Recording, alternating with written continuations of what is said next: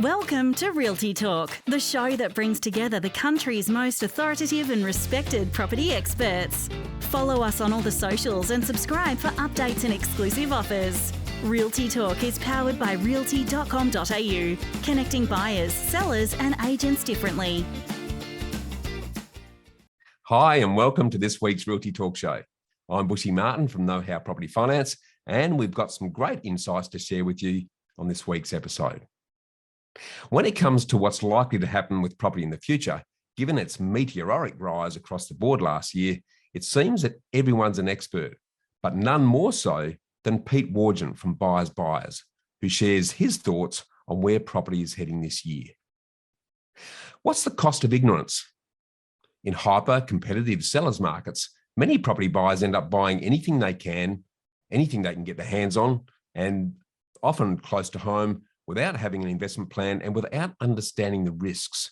So to help you avoid these common property mistakes, Lloyd Edge from Aus Property Professionals concludes part 2 of our special feature. Now, have slippery shoe salespeople selling substandard properties using your super tarnished the benefits of securing properties in a self-managed super fund? Well, to round out the show, super guru Darren Kingdon of Kingdon Financial Services joins us to discuss the good, the bad and the ugly of purchasing properties using your super. But before we share these great insights, make sure that you don't miss an episode of Realty Talk by signing up on the realty.com.au homepage so that you can get every show in your inbox every week. Now, let's get underway. Hi and welcome. Now, when it comes to what's likely to happen with property in the future, given its meteoric rise across the board last year, it seems that everyone's an expert and everyone's got an opinion. Sadly, most predictions are just that, ill-informed, loose-lipped opinions. So if you want to make better informed decisions on what the future holds for property, you need to turn to proven performers who have a track record of combining their accumulated wisdom with demonstrated action. And there's no one better on this front than today's special guest and industry veteran, Pete Wargent, the co-founder of his new business, Buyers, which is a unique go-to digital marketplace that helps you to find and secure property better and more cost-effectively by connecting you with a national panel of leading buyers agents. So welcome back to the show, Pete. Pleasure. Thanks, Bushy. It's always great to be on. Likewise, mate. Everyone loves your words of wisdom and insights. But to kick things off, mate, how do you feel that property performed against your predicted view in 2021, and what varied, if anything, and why? Well, as you alluded to, predicting financial markets is always tricky, especially in the midst of a pandemic. But for our sins, we do put out annual property price forecasts. So I guess it's all written down in black and white. So looking back at what we predicted for 2021, well, we weren't very specific, but we did say double-digit price growth for the capital cities, and we don't specifically forecast every region of Australia. It'd be a very laborious exercise, but double-digit growth. And I guess we just generally felt that the fall in real interest rates should have seen price increases of about 20%, and that's what we got. So I guess there's always this thing: the timing is never quite easy to predict, but we did predict double-digit growth, and in the end, about 20% is what we saw. So not too bad last year. Now, looking forward, I think we might see slightly slower price growth, so we'll have to wait and see. Well, let's jump into that now. And looking at this year, what is your overall view of how the market's going to perform in 2022? Yeah, so the market's definitely got off on a solid footing. We've still got very low mortgage rates. Cash rate going to be stuck at near zero, probably for the first half of this year at least. Plenty of cash around. Households are sitting on nearly $500 billion of savings at the moment, and stock is still pretty tight. Listings are still about a quarter or 25% lower than a year earlier.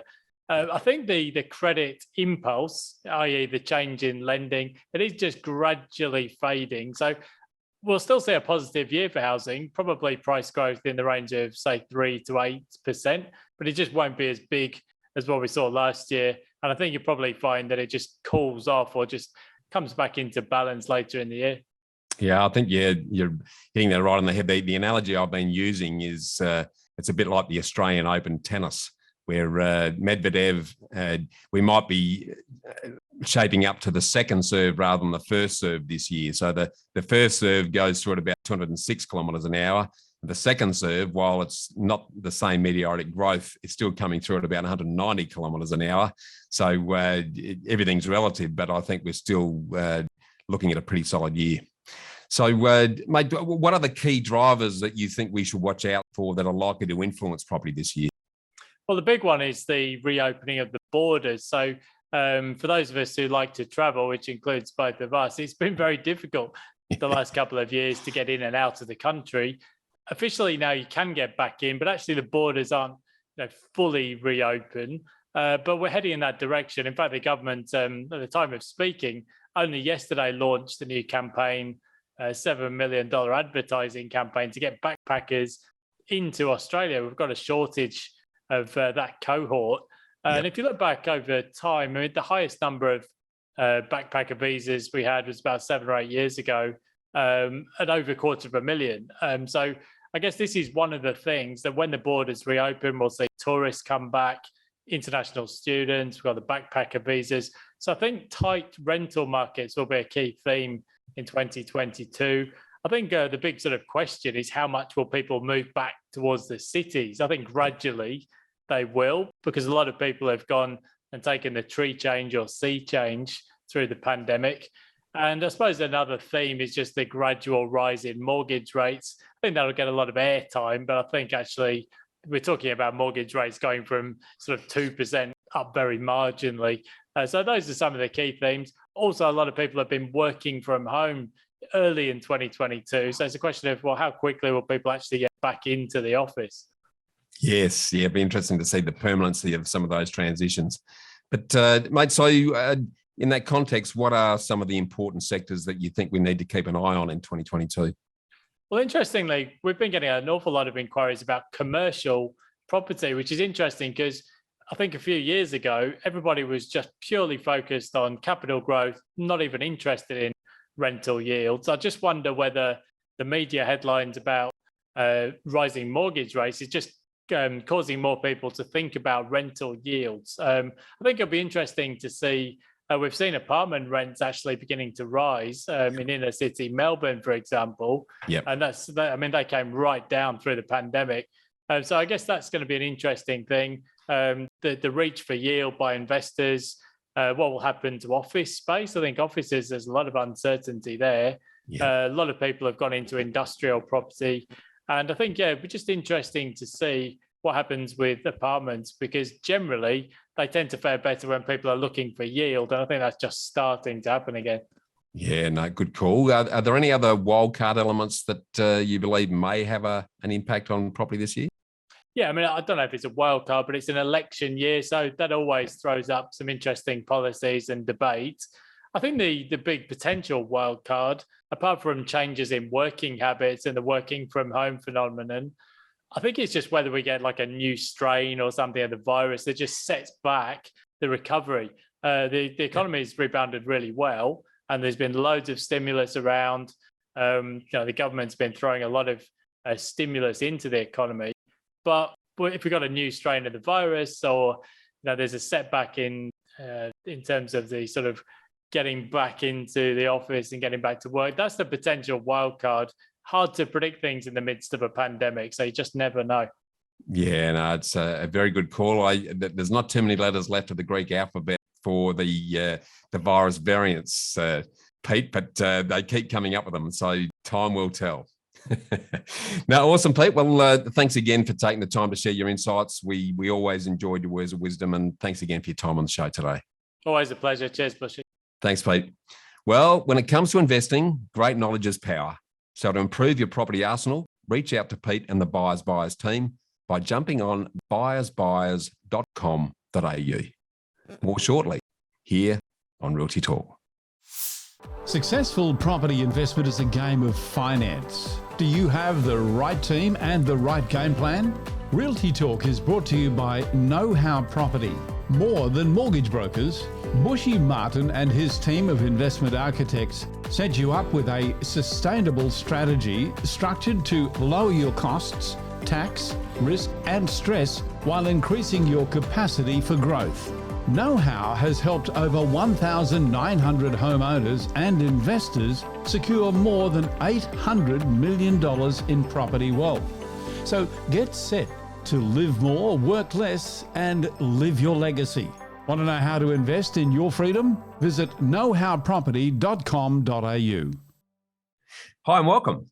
Now, over the last couple of years, many property buyers have been caught up in the herd hysteria and fear of missing out, or FOMO, of property, as prices have surged with the highest rate of value growth in over 30 years. And in these situations, many property buyers end up just buying anything they can get their hands on close to home without having an investment plan, without understanding the risks. So to help you avoid these common property mistakes, today we continue with part 2 of our special feature with Lloyd Edge, the Managing Director of Aus Property Professionals Buyers Agency and the author of his best-selling book, Positively Geared. So welcome back to the show, Lloyd.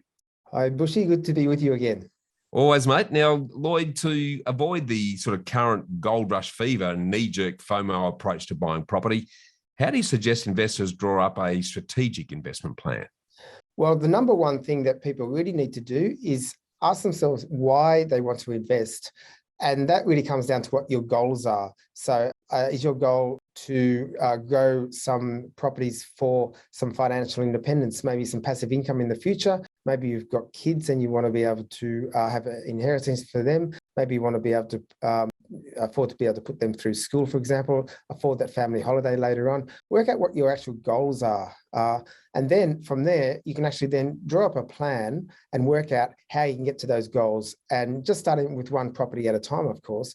But then your goals then dictate the sort of property you need, whether it's cash flow property, whether it's a growth or combination. Do you need to add value to the property? Maybe you need to do a renovation. It could be a subdivision, it could be a development. But once you know your goals, then you can draw up a plan and move forward from there. And that strategic investment plan is something you can keep adding to, and you can document what your goals are and the type of properties you're buying and how they can actually help you move forward towards your goals. Yeah, spot on. You're really providing both a magnet and a compass to guide the decisions that they're then making day to day, which is a great way to go. Now, risk is an area that's often overlooked by property investors. So what are some of the risks involved with property investment that we need to be aware of, Lloyd? Well, I think number one is that with all investment, it does carry some risk. So there's no guarantee about having growth in a property or having massive rental yields or anything like that. So you can mitigate those risks by ensuring that you're buying in an area that does have good infrastructure, all the amenities. I love buying in school catchment zones where there's maybe new hospitals and universities and all those sort of things, and a town or a city that has lots of drivers for economic growth. So not the one-horse mining towns, because they're more susceptible to having that crash. I think it's also really important to mitigate your risk by having sort of a balance of capital growth and rental yields, because if you have too lower yield on your property, then and your interest rates go up, which is a risk, then you can get into a little bit more trouble there. So I think that trying to have good cash flow on your property can help actually mitigate against some risks moving forward. On the purchase of a property, if you're buying an established property, then one of the things that you do need to do is get a building and pest inspection. Because one of the risks of buying property is that there could be some structural damage. There might be some termite or some history of termites in there. So you need to get that report done to see if there's anything in there that needs addressing. It also gives you the option then that you might want to renegotiate price or pull out of the purchase. So things like that, there are things you can mitigate to make the whole process easier and more comfortable for you. Yeah, spot on. I find too many investors are focusing on the property and the rewards without really considering the risk and then putting measures in place to protect themselves. So great suggestions there. What shouldn't you compromise on then when purchasing a property, Lloyd? So I think you definitely should not compromise on getting a building and pest report done. So they're usually around about the $600 mark, give or take a bit. So, whether you're spending $300,000 or $1 million on a property or whatever, that's a small amount to pay for peace of mind, essentially. That's sort of really important. There are other things you can compromise on. I mean, if you're buying a home to live in, depending on your budget, you might need to compromise the type of street or how large your home is, how large the living area is. Does it have a pool? There's plenty of things that it might be okay for you to compromise on, but certain things like structural damage is certainly something that you don't want to find out later and cause you a whole heap of problems. Yeah, totally agree. Very good thoughts there. Now, why shouldn't you just buy a property close to home then? So when you're buying close to home, it really closes out the market to a lot of other areas.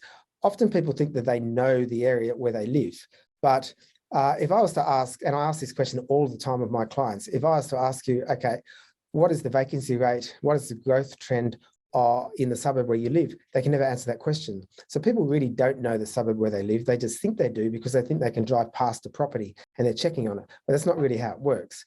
If you buy in another location, which would be another city, could be another state, and you do enough research on it and you get all the research reports on it, then you'll end up knowing that area much better than the area where you live anyway, because you'll end up knowing what drives the growth in the area. You'll have all sorts of Google and satellite images of the property. You'll probably go and visit the property before you buy it. You'll know the vacancy rates.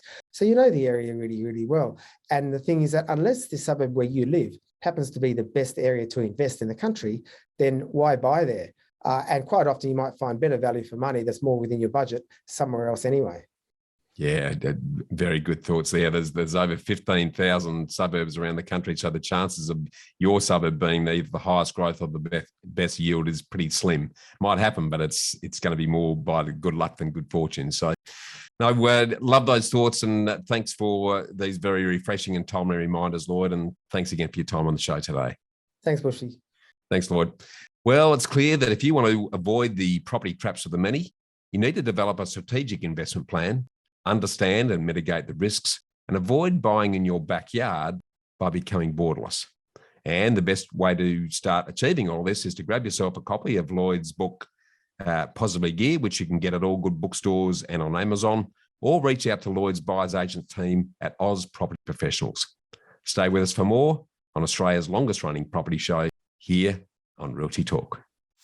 Property deductions can save you thousands of dollars each year. To make sure you maximise deductions, you need to work with the most experienced quantity surveyor in the country. BMT Tax Depreciation is the leading specialist in the industry. They've completed over 700,000 tax deduction schedules for residential investment and commercial properties Australia-wide. BMT guarantee to find double your fee in the first full financial year deductions. Call BMT on 1300 728 726 today for an obligation-free quote. Greetings and welcome.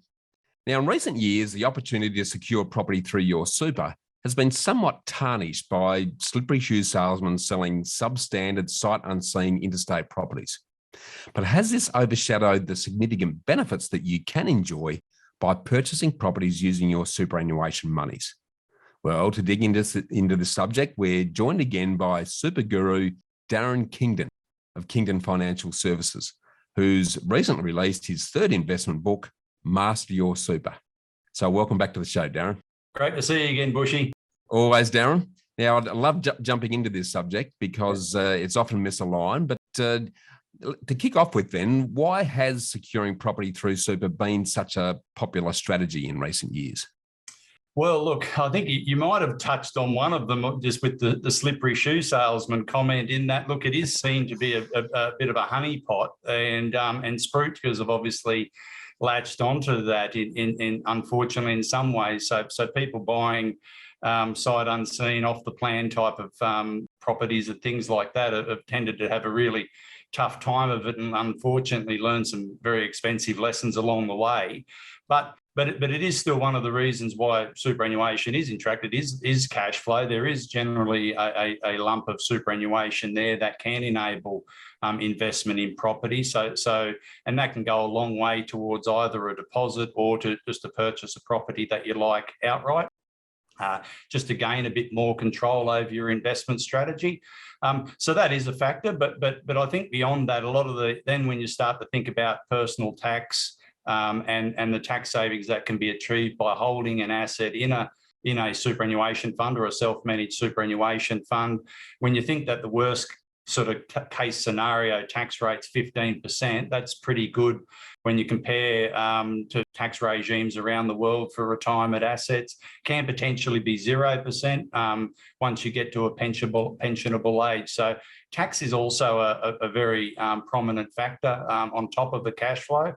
And then I think another one that often gets forgotten about is just the asset protection side of owning a property in superannuation, because if there's a financial misadventure or a potential bankruptcy or a litigation that's going on, having it owned by a trustee of a superannuation fund certainly provides an extra line of defence, for you to be able to keep the asset for your family. Very good call. Yeah, and that's one that's often overlooked or not known about. So looking at the types of strategies that are commonly used to secure property using super, what are they, mate? Look, I'd say that probably the preeminent one is owning a commercial property and leasing it back to a related business. So you start to get the best of both worlds. You have an asset in a low tax environment that attracts hopefully capital gains in the long run, as well as rent and income with taxed at the low rates that we're talking about. So it can become quite a powerful sort of strategy for small business owners. You end up having a couple of different lines of tax deduction that can help keep the bottom line of the business down and keep your day-to-day tax down, while starting to sort of get more in the superannuation environment, because the rents don't get included in the contributions caps, which is an important point. So the rent that received by a super fund isn't counted in any cap. And on top of that, you can still do your cap, which is currently the concessional cap anyway, which is $27,500 per annum for the employees of the business at the moment. So there's a couple of ways there to help reduce the bottom line on the business side, as well as start to build up your retirement nest egg. And looking forward even further, like when you do retire, there's potential for any capital gains on that property to be tax-free if you actually convert those assets into pension assets once you reach pensionable age. Yeah, there's some pretty significant benefits there if it's done properly. There's no doubt about it. Now, let's talk about the lending side of the equation, because there's certainly been significant changes in recent years in relation to the banks and the lenders' view of leveraging money using super to buy property.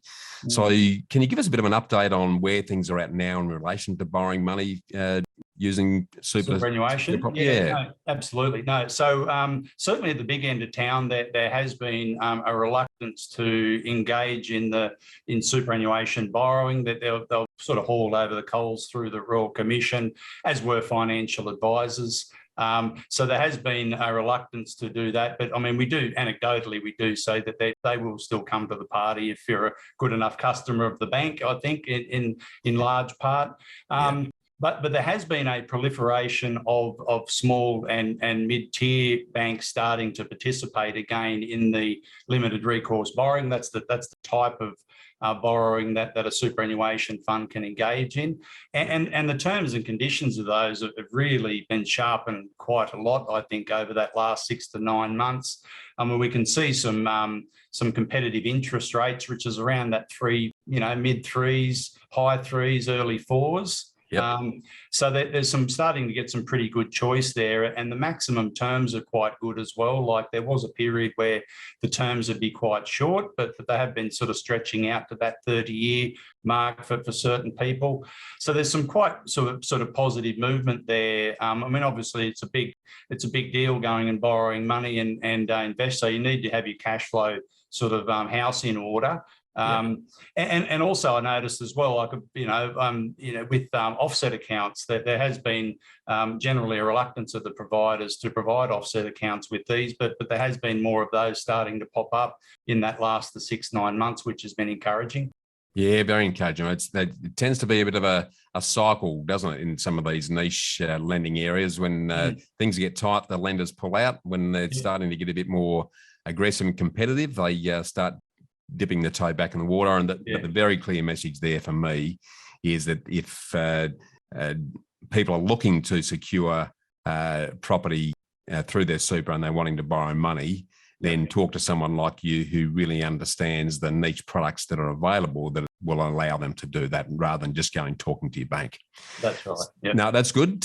Final question, and this is one we often get from people who start to think about using their super to invest in properties. Can existing properties be transferred into your super, Darren? Well, it does. Well, it depends on what type. If it was a residential property, generally not. But if it was an existing commercial or industrial property used in business, then that's basically the criteria. There's a legal phrase called business real property. So as it sounds, if it's a property that's used wholly and exclusively for business purposes, then that's when it can get transferred into a self-managed fund. And then it becomes a question of, well, how do you do that? And what are the implications of that? So, for example, if we sell the property to a self-managed fund or it's contributed to a self-managed fund, well, there'll be a CGT implication. So that's an actual cost of the transaction. There'll be other transactional costs, including stamp duty. So those sort of things need to be weighed up against, well, what's the potential benefit? What is going to be the potential tax saving on rents or even land tax or even future CGT savings? So it becomes a bit of a business decision, a cost benefit exercise as to whether or not those types of business property can and should be moved into a self-managed fund. And also, sometimes you've got to sort of think the other way. I think with pandemic and how people are starting to rethink about their lives a little bit more.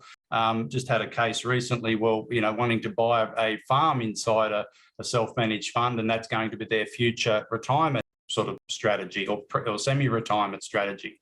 Yeah. So same sort of thing going the other way. Well, you aren't allowed to, generally speaking, use a property of the fund for private purposes unless you can argue that it's a primary production business and you're really going to be dabbling in that in your retirement years. Okay. So you've got to think about the movement of assets both ways, unless of course you're going to sell it and let somebody else pay for the stamp duty. Yes, yeah, good call, but important to understand the changeover costs involved before going any further with that. Yeah, no, that's awesome, mate. Well, look, thanks again for these eye-opening observations, Darren, and thanks again for your time on the show today. Yeah, great to see you again, Bushy. Thanks, Darren. Cheers, mate. Well, it's clear that there are still very significant opportunities to secure property using your hard-earned super. So if you're interested in finding out more, reach out to Darren and the Kingdon Financial Services team and make sure that you grab yourself a copy of Darren's great book, Master Your Super, from masteryoursuper.com.au. Stay with us for more here on Realty Talk.